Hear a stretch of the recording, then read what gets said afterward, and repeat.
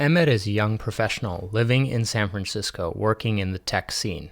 He starts his morning off by taking a walk down Embarcadero, where he goes into the San Francisco's Ferry Building to buy a coffee from Bucks of Star Coffee.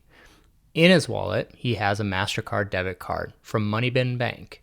He arrives at Bucks of Star Coffee in the morning.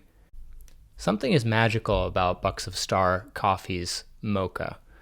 The perfect temperature, the smoothness of the chocolate, and the coffee that is slow dripped to make the perfect start to any day. Emmet buys a mocha for $4.75 and swipes his Moneybin Bank MasterCard at Bucks of Star Coffee's payment terminal.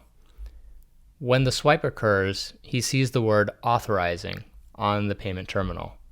This typically stays in this state for 3 seconds or less, but within those 3 seconds, a lot is happening.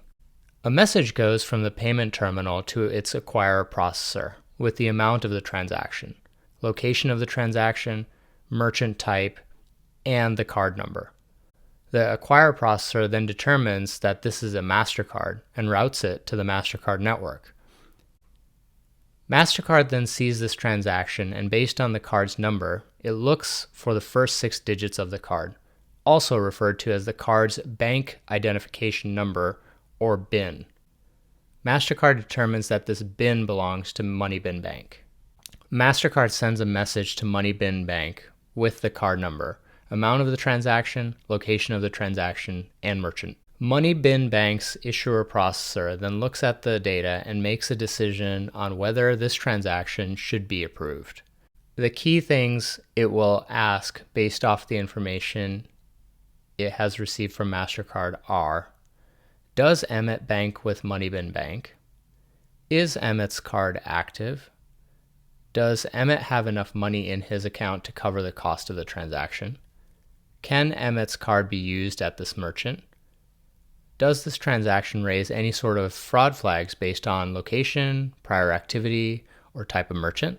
If all of these questions get answered favorably, then Moneybin Bank's issuer processor will send back a message to MasterCard that the transaction was approved.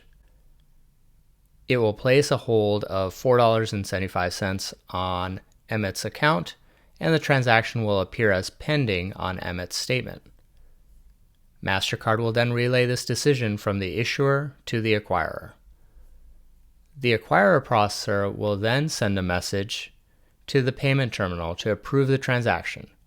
The terminal then flashes the word approved, and typically it prompts Emmet to sign for the order, or a paper receipt is printed where he can sign. This transaction flow will serve as the basis for a lot of our discussion on the anatomy of the swipe.